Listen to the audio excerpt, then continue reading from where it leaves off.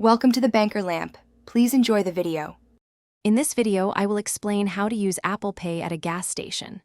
First, make sure Apple Pay is set up on your iPhone or Apple Watch with a valid payment card. When you arrive, look for the contactless payment symbol, which resembles 4 curved lines, either directly on the fuel pump or inside the station.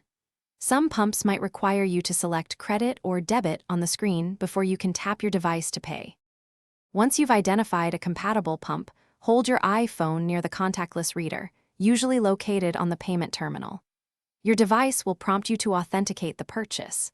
You can do this quickly using Face ID, Touch ID, or by entering your passcode.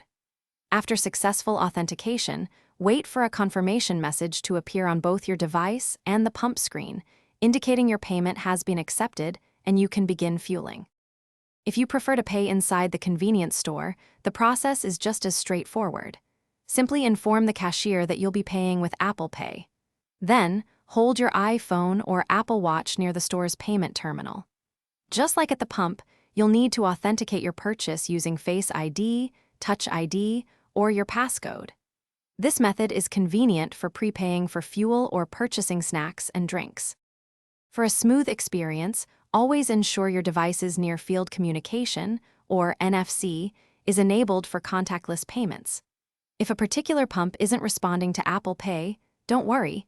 You can always try another pump or simply go inside to pay the cashier.